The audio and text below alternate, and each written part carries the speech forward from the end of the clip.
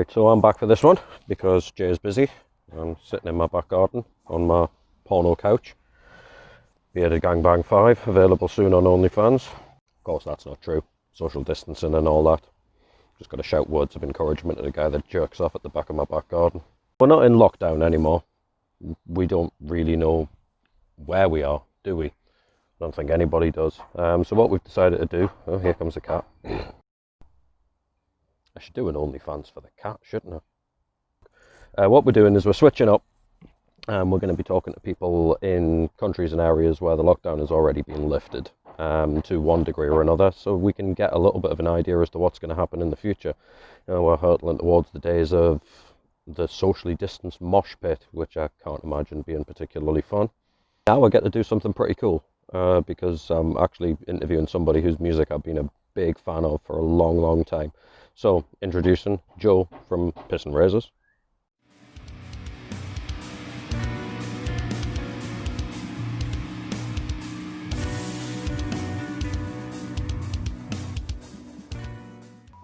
Well, hey, what's up, everybody? As everybody knows, I'm Joe from Piss and Razors. We've been just working hard, since prior to all the chaos of the COVID stuff, working hard to finish up our 7th studio record, which is titled Eulogy Death March. That's pretty much where we're at right now and where we've been at for the last several months. We're kind of midway through drum tracks. We're being very picky because we moved our recording studio from the old Razor headquarters to a new one. So it's been a cool challenge. It's a nice environment, and everybody's clicking. So that's where we're at right now and where we've been doing the last few months. How has the lockdown been affecting what you guys have been up to recently?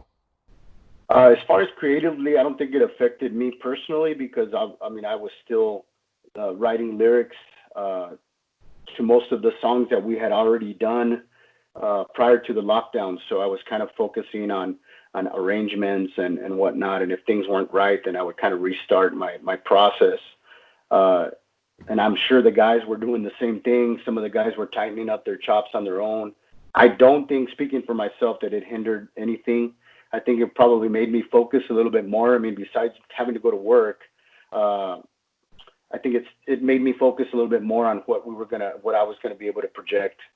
On my end, it kind of worked for me, and I kind of use it to my benefit right now because most of that stuff kind of agitates me, and some of it I seem to think it's just kind of like, man, why are we stuck here? We want to get out and do stuff.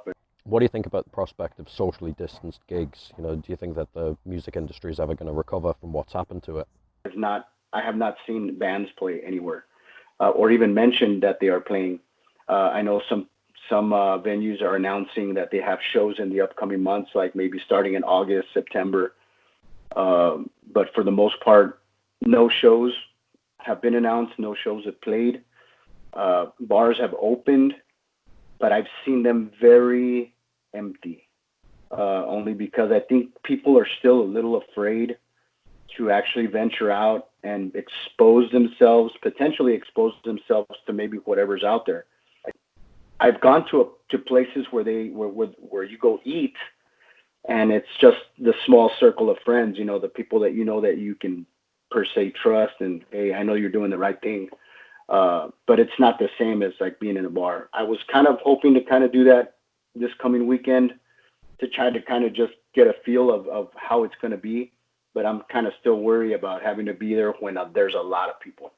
I think people are still scared. So, it's going to be a little while before people can get out there full. Even though it's 50%, people are still I think they're going to refrain from doing it for a couple more weeks until they start seeing the numbers still go down. They're going down, but they're not probably going down as what people would want to see.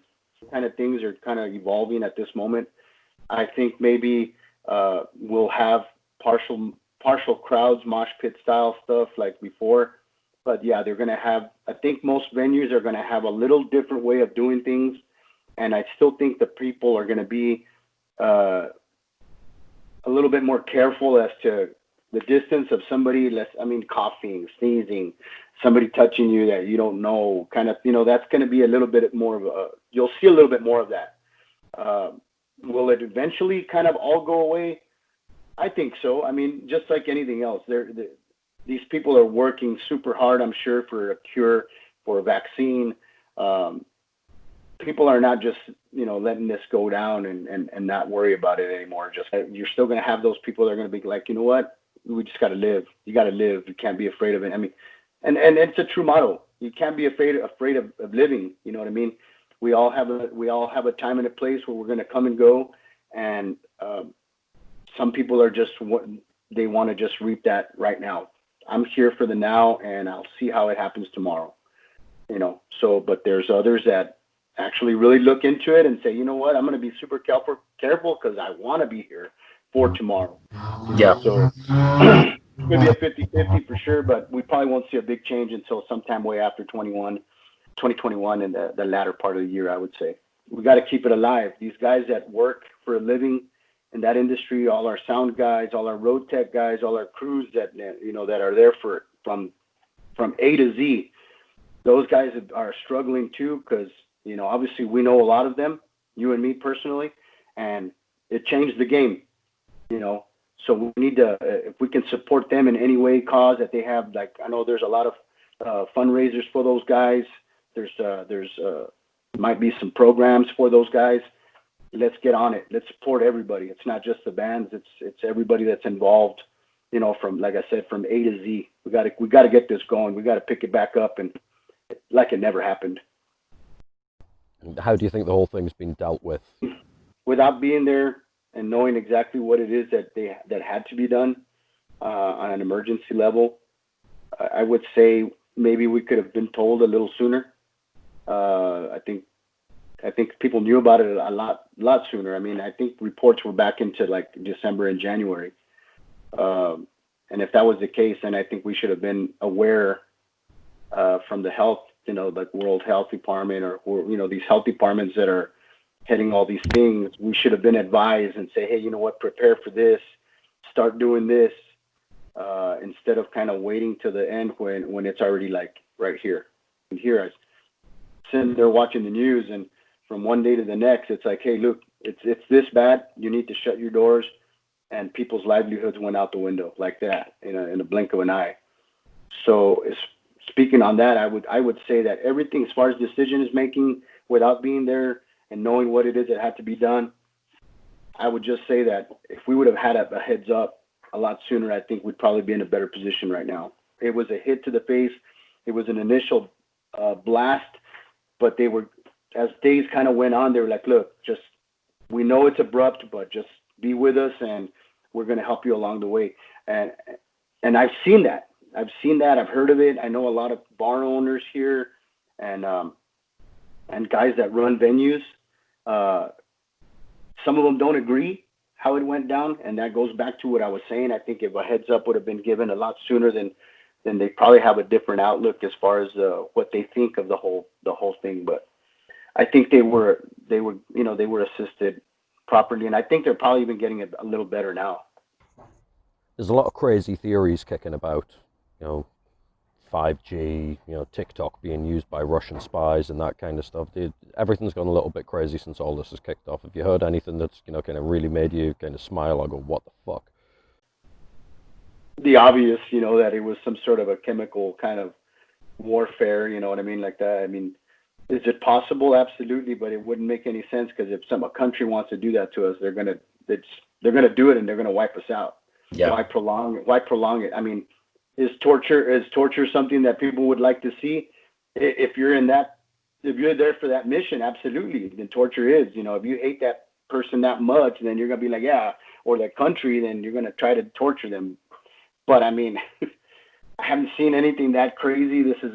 It's all a trip. I mean, like I said, I just think we should have been told a long time ago. I mean, if it was going on in China or wherever it started, we should have just been told, hey, it's this bad.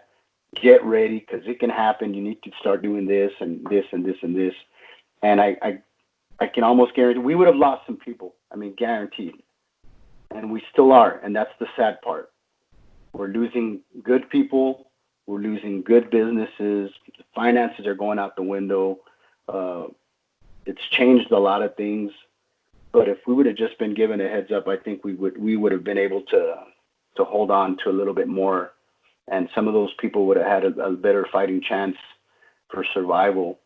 Because probably by now we would have a vaccine or some sort of a cure for it, and that's the important part, because kids have lost their parents and grandparents and brothers and sisters and all that, and that's the sad part. We there's some people that in my not immediate family, but within my circle of friends, lost loved ones, and some got sick and made it out. So I mean, it personally affected us. Right. Co-workers as well. So again, going back to that, we should have been given a heads up. That's that. I'm going to stick to that. And as far as it being something else, I'd hate to really go and say, you know what, man, it was because of this or that. Right now, we just got to move on from it and be better people, and we'll hope that everybody recovers from it. And I'm talking all the way around, so.